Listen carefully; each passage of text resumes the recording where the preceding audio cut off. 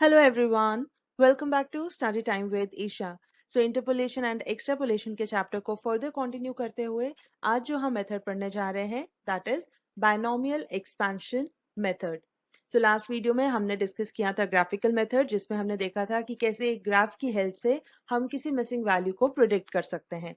तो वो तो बात थी ग्राफिकल मेथड की जिसमें हमने कहा कि उसका ये मेन ड्रॉबैक रहता है कि हमें उसमें एग्जैक्ट वैल्यूज नहीं मिल पाती हैं और वो हमारे थोड़ा जजमेंट पे बेस्ड हो जाता है. लेकिन दूसरे मेथड्स हमने उसके कंपैरिजन में देखे थे जो थोड़े से बेटर होते हैं और हमें एक बेटर रिजल्ट देते हैं जो कि होते हैं एल्जेब्राइक मेथड. और उन मेथड्स में सबसे पहला मेथड है बायनोमियल एक्सपेंशन मेथड. अब ये मेथड जो है it is based on binomial theorem of algebra. जिन्होंने तो बायनोमियल थ्योरम पढ़ी होगी उनको समझ आ जाएगा हम क्या करने वाले हैं. लेकिन आज हम थोड़ा डिफरेंट तरीके से करेंगे क्योंकि बायनोमियल थ्योरम जब हम करते हैं उसके फॉर्मूले थोड़े से कॉम्प्लिकेटेड होते हैं जो नॉन मेडिकल स्टूडेंट्स जो उस स्ट्रीम के नहीं हैं, जो आर्ट्स बैकग्राउंड के हैं या जिन्होंने मैथ्स इतना नहीं पढ़ा है या जिनको मैथ्स से थोड़ा डर लगता है तो उनके लिए ये मेथड थोड़ा सा कॉम्प्लिकेटेड हो सकता है. इसलिए हम कोशिश करेंगे इसको थोड़ा सा सिंपल बनाने की. राइट. तो चलिए अब बायनोमियल एक्सपेंशन मेथड जो है वो हमें हेल्प करता है in finding out missing figures in case of certain conditions. ठीक है, ऐसा नहीं है कि हम कहीं पे भी ये मेथड अप्लाई कर सकते हैं क्योंकि देखिए हमें क्वेश्चन में यूजुअली क्या दिया होता है, हमें x और y वेरिएबल गिवन होंगे, हमें x की कुछ वैल्यूज गिवन होंगी, y की कुछ वैल्यूज गिवन होंगी, कोई एक वैल्यू मिसिंग होगी. राइट. वो मिसिंग फिगर हमें फाइंड आउट करनी है. वहां पर कई बार ऐसा होता है एग्जाम में मेंशन नहीं होता है कि हमें कौन सा मेथड अप्लाई करना है, बायनोमियल लगाना है या लेग्रांजेस मेथड लगाना है या न्यूटन्स मेथड लगाना है. राइट. और ऐसा नहीं है कि हम कोई भी मेथड लगा सकते हैं. हमें पहले अपने क्वेश्चन को एनालाइज करना पड़ता है, हमें कुछ कंडीशंस देखनी पड़ती हैं, कुछ क्राइटेरिया देखने पड़ते हैं, फिर हमें डिसाइड करना होता है कि यहाँ पर कौन सा मेथड एप्लीकेबल होगा. तो सबसे पहले हमें पता होनी चाहिए ऐसी कौन सी कंडीशंस हैं जहां पर हम ये मेथड अप्लाई कर सकते हैं. राइट. तो चलिए सबसे पहले हम देखते हैं वो कंडीशंस क्या है. देखिए बायनोमियल एक्सपेंशन मेथड अप्लाई करने के लिए मेन कंडीशंस हैं ये दो. पहली कंडीशन क्या है, the x variable advances by equal intervals. देखिए हमारे पास दो वेरिएबल्स होते हैं ना, we have x and y. चलिए हम एग्जांपल ही ले लेते हैं ताकि आपको थोड़ा समझने में आसानी हो. हम यहाँ लिखते हैं एक्स वेरिएबल 2, 4, 6, 8, 10, 12 और y की वैल्यूज ले लेते हैं से 15, 18, 22. यहाँ पर हम लगा देते हैं क्वेश्चन मार्क, ये हमारी मिसिंग वैल्यू है 28 एंड 32. हमने क्या कहा था, इंटरपोलेशन एक्सट्रापोलेशन यूज होता है मिसिंग वैल्यू के लिए. अगर विद इन द लिमिट्स, जैसे यहाँ हमारी रेंज है 2 से लेकर 12 तक और इसके विद इन अगर हमें कोई वैल्यू कोई मिसिंग है और वो फाइंड आउट करनी है तो हम उसे बोलते हैं इंटरपोलेशन. अगर इससे बाहर की होगी तो हम उसे बोलेंगे एक्स्ट्रापोलेशन. मेथड सबके लिए सेम होता है, सिर्फ ये टर्मिनोलॉजी डिफरेंट है. ठीक है, ये हमने एग्जांपल ले लिया. अब सपोज हमें ये वैल्यू फाइंड आउट करनी है. अब यूजुअली क्या होता है, हम यहाँ पर जिसकी वैल्यू फाइंड आउट करनी है उसे हम बोलेंगे दैट y की वैल्यू है ना मिसिंग, हम बोलेंगे y is to be interpolated. ठीक है, ये किस तरीके से हमें ये टर्म्स यूज करनी है वो भी पता होनी चाहिए. राइट. तो हम बोलेंगे for which value of x, for x equal to 8 we have to find the value of y, मतलब we have to interpolate it. ठीक है. चलिए अब हमारे पास क्या कंडीशन है, पहली कंडीशन होती है कि x वेरिएबल जो है it should advance by equal intervals. ठीक है, जैसे देखिए यहां पर हमारे क्वेश्चन में क्या है 2, 4, 6, 8, 10, 12. दो दो की वैल्यू इंक्रीज हो रही है ना, each value is increasing by 2 units. 2 + 2 4, 4 + 2 6, 6 + 2 8, 8 + 2 10, 10 + 2 12, है ना. अगर यहाँ पर इसकी जगह होता सपोज 2, 4, 7, 9, 11, 13, 12, 16, तो ये अनइक्वल इंटरवल्स हो गए ना. अगर ऐसी सिचुएशन होती तो हमारा बायनोमियल एक्सपेंशन मेथड यहाँ पर अप्लाई नहीं हो सकता था. ठीक है, तो सबसे पहली कंडीशन क्या है कि जो हमारा x वेरिएबल है वो it should advance by equal intervals. Right. First condition देखनी है हमने, उसके बाद हमने देखनी है दूसरी कंडीशन. दूसरी कंडीशन क्या है that value of x for which y is to be interpolated or extrapolated has to be one of the class limits of x series. मतलब हमें y की वैल्यू जिसके कॉरेस्पॉन्डिंग निकालनी है ना, वो x सीरीज का पार्ट होनी चाहिए। पार्ट होने का मतलब ये नहीं है कि वो यहाँ पर फॉल करनी चाहिए। जैसे अगर हम बोल रहे हैं ना कि y यहाँ जहां पर क्वेश्चन मार्क है उसके कॉरेस्पॉन्डिंग x की वैल्यू है 8, है ना, तो ये हमारा इन लिमिट्स में फॉल कर रहा है x सीरीज में। इसकी बजाय अगर हम बोलें कि सपोज y की वैल्यू फाइंड आउट करो for x equal to 14, right, तो यहाँ पर भी हम बायनॉमियल एक्सपेंशन मेथड लगा सकते हैं। अब आप कहेंगे कि 14 तो इस सीरीज का पार्ट ही नहीं है क्योंकि हमें तो 12 तक ही दिया है। लेकिन देखिए, अगर हमने जैसा पैटर्न देखा कि दो दो यूनिट्स इंक्रीज कर रहे थे, तो ऑब्वियसली अगर हम नेक्स्ट डेटा लेते तो 12 के बाद तो 14 ही आना था ना। इसका मतलब 14 is a part of this series. इसकी बजाय अगर आपको बोला जाता कि y की वैल्यू फाइंड करो फॉर x इक्वल टू 13, तो हम यहाँ पर बायनॉमियल एक्सपेंशन मेथड नहीं लगा सकते थे क्योंकि 13 इस सीरीज का पार्ट नहीं है। क्योंकि 12 के बाद अगर हम देखते तो 12 के बाद हमारा 14 आना था, 14 के बाद 16 आना था, 13 हमारा इस सीरीज का पार्ट नहीं बनना था। इसीलिए यहाँ पर binomial expansion method can not be applied. ठीक है, I hope this is clear. ये चीजें आपको, ये कॉन्सेप्ट क्लियर होना चाहिए क्योंकि अगर इसमें आपको कहीं पर भी कोई कंफ्यूजन रह जाती है तो आप क्वेश्चन सॉल्व करने में गड़बड़ कर सकते हैं। ठीक है, तो इसीलिए आपको क्या ध्यान रखना है इन दो कंडीशंस का।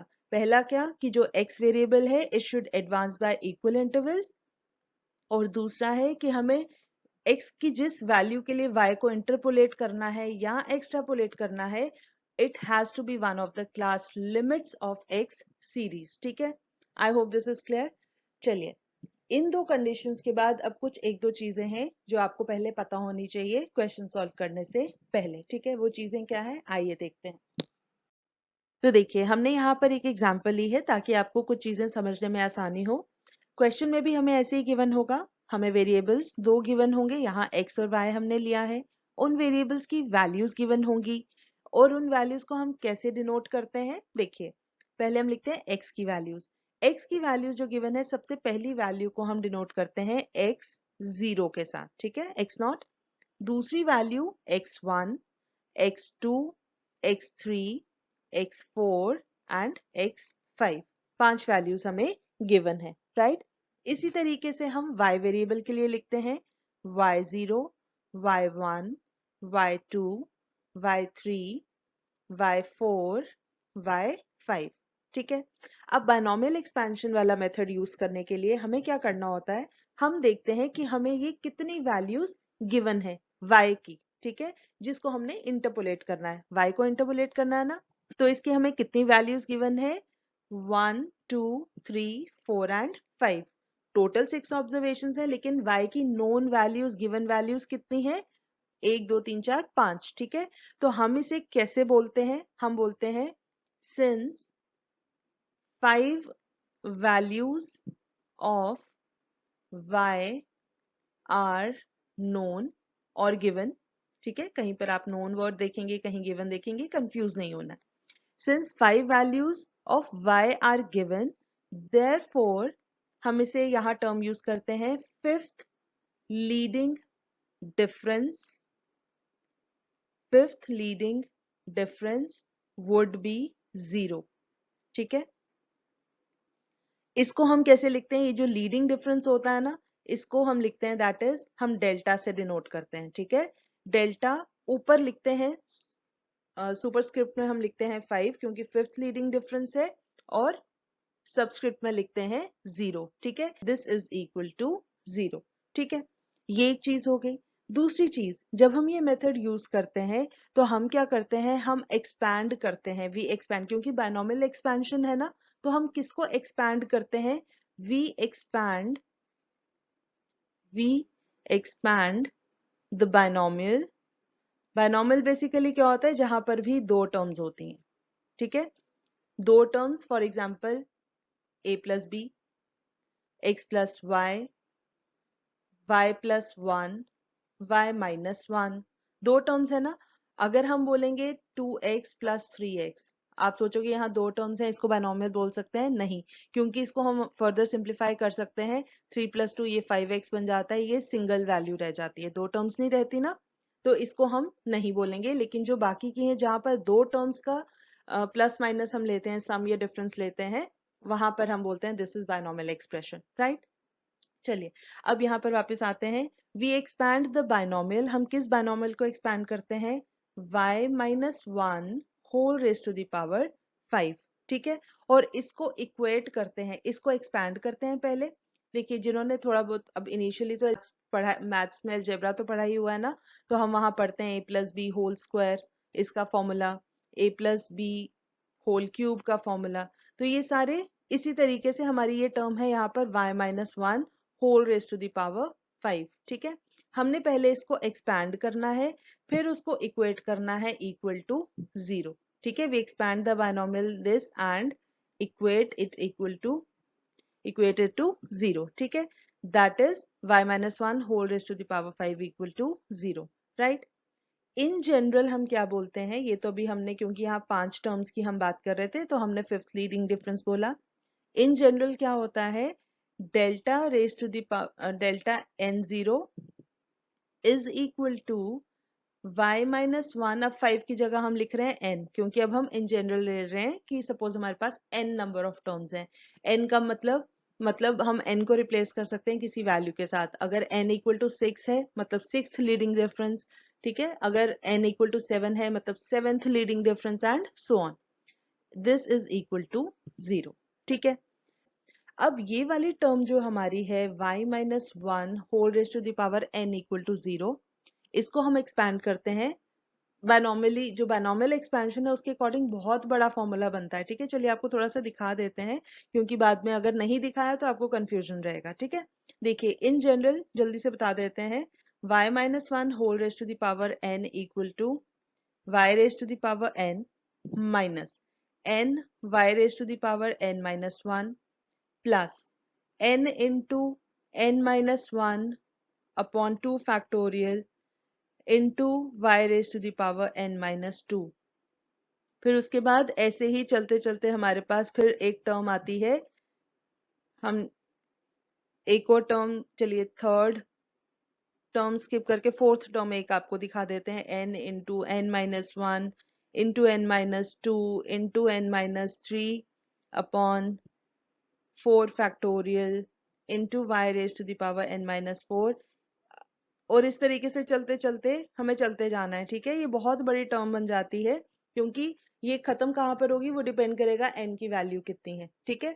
तो हम इसको इस तरीके से अगर आपको लिखना होगा तो आपको बहुत कॉम्प्लिकेटेड लगेगा, ठीक है। तो हम कोशिश करेंगे कि ये जो एक्सपेंशन है इसको हम इजी वे में कैसे लिख सकते हैं जो हमें याद भी रहे, ठीक है। तो हम क्या करेंगे, अब इसी एक्सपेंशन को हम कर सकते हैं कैसे, with the help of Pascal's triangle. अगर आपने ये नाम सुना होगा तो, ठीक है, नहीं भी सुना होगा तो हम अभी डिस्कस करेंगे, ठीक है। हम कैसे कर सकते हैं इसको, पास्कल्स ट्रायंगल बोलते हैं। पास्कल्स ट्रायंगल की हेल्प से हम इस एक्सपेंशन को, इस एक्सप्रेशन को इजीली लिख सकते हैं, ठीक है। तो आपने बहुत ही ध्यान से देखना है कि ये एक्सपेंशन कैसे हो सकती है, ठीक है। आइए देखते हैं वो एक्सपेंशन। तो चलिए अब हमें क्या करना है, जो सिंपल मेथड है बायनॉमियल एक्सपेंशन का, उसके लिए हमें 4 स्टेप्स याद रखने हैं, राइट। पहला स्टेप क्या है, assigning subscripts to y। Subscript क्या होता है, जैसे हम y0, 0 is the subscript, y1, 1 is the subscript, y2, 2 is the subscript, ठीक है। तो हमें ये असाइन करने हैं। कैसे असाइन करने हैं, देखिए सबसे पहले हमें देखना है कि हमें एक्सपैंड किसको करना है, ठीक है। तो जैसे हमने पहले अभी बोला था फिफ्थ लीडिंग डिफरेंस, तो सपोज हमें लेना है सेवेंथ लीडिंग डिफरेंस। तो सेवेंथ लीडिंग डिफरेंस का क्या मतलब हुआ, y - 1 whole raise to the power 7 equal to 0। हमें इक्वेट करना होता है उसको 0 के साथ। अब हमें देखना है कि हम इसको कैसे एक्सपैंड करेंगे, ठीक है। तो कैसे एक्सपैंड करना होता है, हम क्या करते हैं, हम स्टार्ट करते हैं y7 के साथ, रेज टू द पावर 7 है ना, हम स्टार्ट करेंगे y7 के साथ। फिर हमने एक एक स्टेप नीचे चलते जाना है। y7 के बाद आता है y6, y5, कहाँ तक जाना है, y0 तक, ठीक है। तो हम यहाँ क्या करते हैं, नीचे लिख लेते हैं, हम यहाँ पर पूरा एक्सप्रेशन अभी बनाएंगे, ठीक है। तो हम क्या करेंगे, हम लिखेंगे 7, थोड़ी स्पेस छोड़ देनी है, y6, y5, y4, y3, y2, y1, y0, last term होगी y0। ठीक है, स्टार्ट कहाँ से करनी है?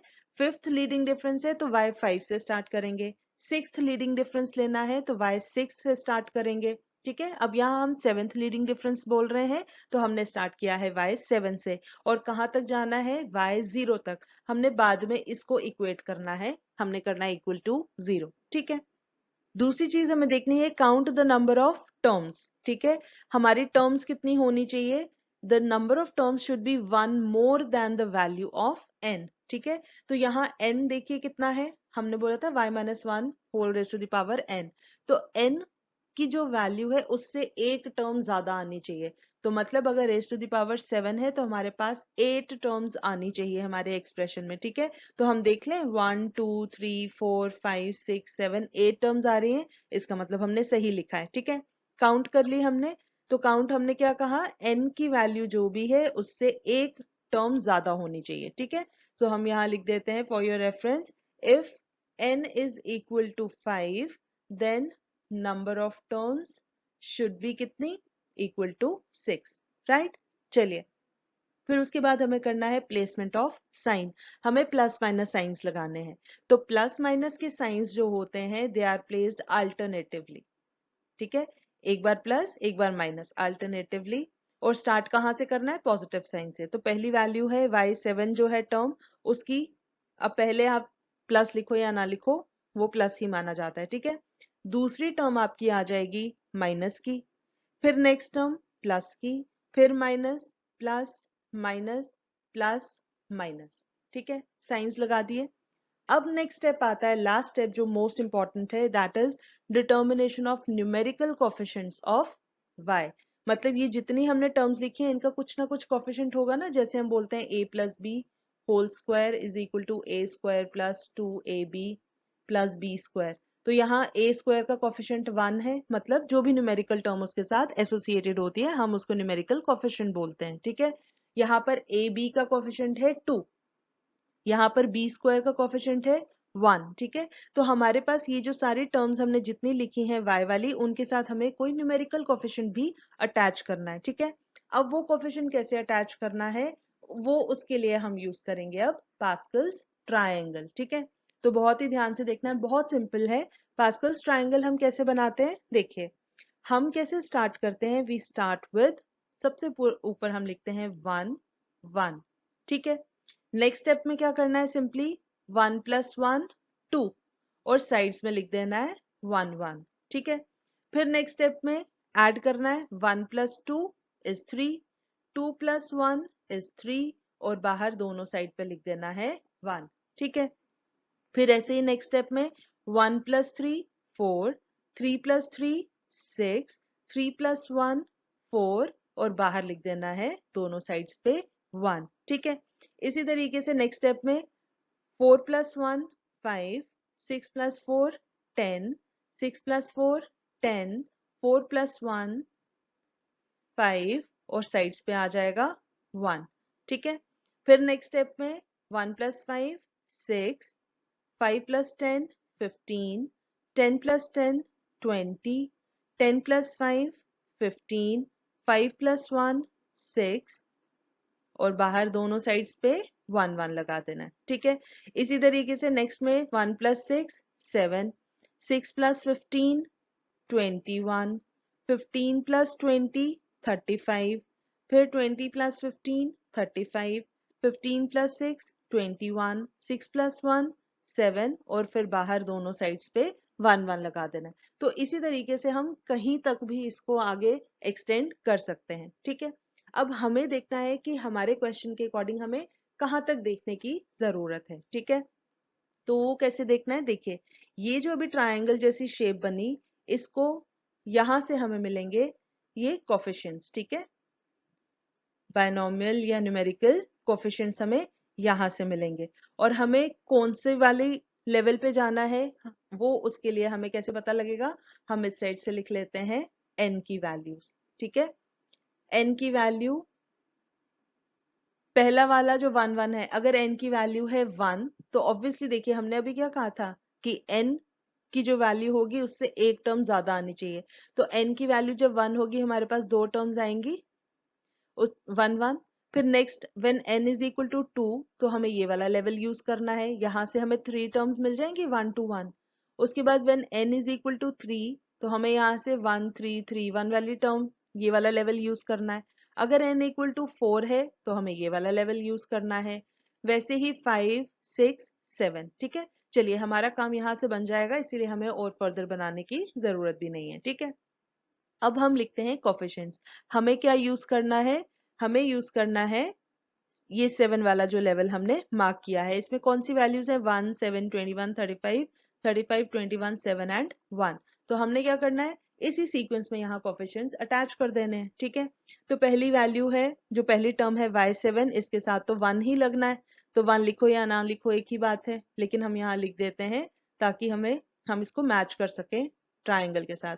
1, नेक्स्ट है 7, नेक्स्ट है 21, नेक्स्ट है 35, then again we have 35, then we have 21, then 7 और लास्ट में है 1। ठीक है, तो 1 लिखो या ना लिखो y नॉट ही रहेगा। तो इसका मतलब अगर हमें सेवेंथ लीडिंग डिफरेंस, मतलब आपको क्वेश्चन में देखना है ना कि कितनी नोन वैल्यूज हैं y की, तो अगर 7 नोन वैल्यूज हैं, 8th वाली मिसिंग है, तो हमने सेवेंथ लीडिंग डिफरेंस लेना है, तो हमारा ये वाला एक्सप्रेशन बनेगा। ठीक है, I hope this is clear. तो क्या स्टेप्स ध्यान में रखने हैं, सबसे पहले आपने देखना है कि हमें कौन सा लीडिंग डिफरेंस लेना है, उसके अकॉर्डिंग हमने सबस्क्रिप्ट असाइन करने हैं। सबस्क्रिप्ट असाइन कैसे करने हैं कि जैसे सेवेंथ लीडिंग से स्टार्ट करना है, y 0 तक जाना है, वो सारे सबस्क्रिप्ट वाली y वाली टर्म्स लिख लेनी है। उसके बाद कंफर्म करना है कि हमने टर्म्स बराबर लिखी कि नहीं लिखी। वो कैसे कंफर्म होगा, n की वैल्यू अगर 7 है तो हमारे पास एक्सप्रेशन में 8 टर्म्स आनी चाहिए, एक ज्यादा। उसके बाद अल्टरनेटिवली प्लस माइनस साइंस लगाने हैं, पहली टर्म पॉजिटिव, उसके बाद आगे प्लस माइनस अल्टरनेटिवली लगाना है। ठीक है, और लास्ट में न्यूमेरिकल कोफिशिएंट्स के लिए आपने क्या करना है, एग्जाम में फटाफट से साइड में पास्कल्स ट्रायंगल बना लेना है। तो फिर उसके बाद आपने देखना है कि आपको कौन से लेवल वाली वैल्यूज यूज करनी है। ठीक है, तो हमने यहाँ यूज किया सेवेंथ वाला जो था, तो वहां से हमने सिंपली जो न्यूमेरिकल वैल्यूज थी वो हमने एक एक एक्सप्रेशन एक एक टर्म के साथ हमने अटैच कर दी, और उससे हमें ये पूरी एक्सपेंशन मिल गई। ठीक है, हमें कुछ यहाँ कैलकुलेशन करने की जरूरत नहीं पड़ी। राइट, तो इस तरीके से हमें एक्सप्रेशन लिखना है। अब क्वेश्चन कैसे सॉल्व करना है वो देखते हैं। ठीक है, तो देखिए यहाँ पर भी हमारे पास दो केसेस होते हैं usually, 1 missing value and 2 missing values. तो आज हम सिर्फ कवर करेंगे when there is 1 missing value. ठीक है, फिर नेक्स्ट वीडियो में हम कवर करेंगे 2 मिसिंग वैल्यूज वाला केस। राइट, तो चलिए देखते हैं फटाफट से हमारा question. Okay, so the question is find out the missing value in the following। हमें डेटा गिवन है year and value। तो year को हम ले लेंगे वेरिएबल x, वैल्यू को हम ले लेते हैं वेरिएबल y। ठीक है, अब y के लिए हमने y में देखिए क्वेश्चन मार्क लगा हुआ है, तो हमें वैल्यू फाइंड आउट करनी है 1954 के कॉरेस्पॉन्डिंग y की क्या वैल्यू होगी। ठीक है, अब वो बात अलग है कि अब हमें बायनॉमियल एक्सपेंशन मेथड ही हम पढ़ रहे हैं, तो हमें लगेगा कि यही मेथड अप्लाई होना है। ठीक है, एग्जाम में कई बार मेंशन नहीं होता है, तो इसीलिए हमने कहा था कि जब भी क्वेश्चन गिवन होगा सबसे पहले हमें चेक करनी है कंडीशंस।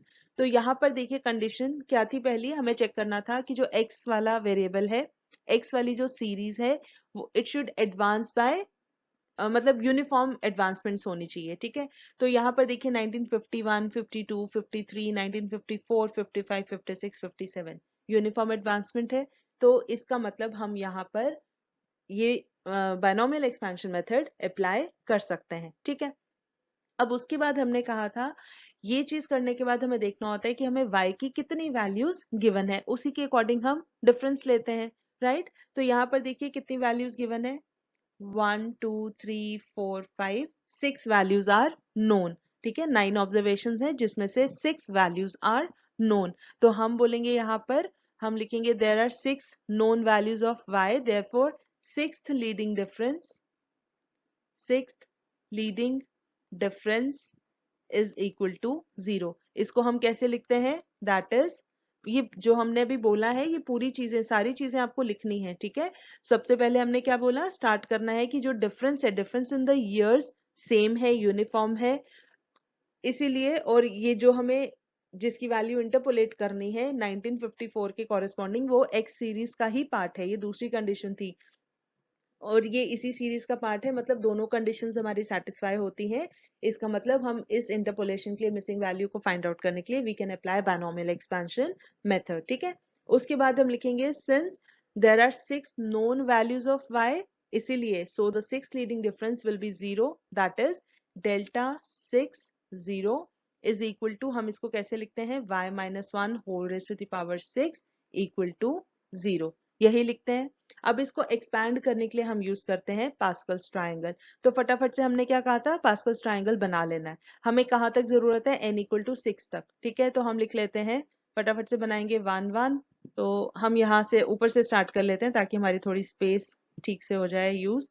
1 और 1 से स्टार्ट करना है, 1 + 1 2, साइड्स पे लिखना है 1, 1 + 2 3, 2 + 1 3, साइड्स पे लिखना है 1। फिर इस तरीके से ऐड करना है, 1 + 3 4, 3 + 3 6, 3 + 1 4, साइड्स में लिखना है 1। फिर इनको ऐड करना है, 1 + 4 5, 6 + 4 10, 6 + 4 10, 4 + 1 5, साइड्स में आ जाएगा 1 1, ठीक है। फिर नेक्स्ट स्टेप में 5 + 1 6, 15, 10 + 10 20, 10 + 5 15, 5 + 1 6 और साइड्स में आ जाएगा 1। तो देखिए हम कहाँ तक पहुंचे हैं, n equal to 1, n equal to 2 3 4 5 6, तो हमें यहीं तक जाने की जरूरत है, ठीक है। तो अब यहाँ हमारी एक्सपेंशन कैसे बन जाएगी, हम लिखेंगे, देखिए y6 से स्टार्ट करना है ना, तो हम लिखेंगे y6, अब प्लस माइनस लगाना होता है ना, पहली टर्म पॉजिटिव है, नेक्स्ट हो जाएगी माइनस की, y5, चलिए ऐसे पहले लिख लेते हैं, y4 y3 y2 y1 y0 तक जाना होता है, इक्वल टू 0, साइंस लगा लें, plus minus plus minus plus minus plus, ठीक है, ये लग गया। अब लास्ट में हम लगाते हैं कोफिशिएंट्स पास्कल ट्रायंगल से, तो ये है 1, देन वी हैव 6 15 20, फिर है 15y2, यहाँ लिखते हैं 15y2 माइनस 6y1 और लास्ट में 1 × y0 इज y0, ठीक है। ये एक्सपेंशन हमारी बन गई, पूरा एक्सप्रेशन लिख लिया। अब हमें ये वैल्यूज पुट करनी है, वैल्यूज कहाँ से मिलेंगी, हमने क्या कहा था, जो क्वेश्चन में गिवन होता है, ये x वाली वैल्यूज को हम ऐसे लिखते हैं ना, x0 x1 x2 x3 x4 x5 x6, इसी तरीके से हम लिखते हैं y की वैल्यूज। तो y0 से स्टार्ट करते हैं, y0 y1 y2 y3 y4 y5 and y6, ठीक है।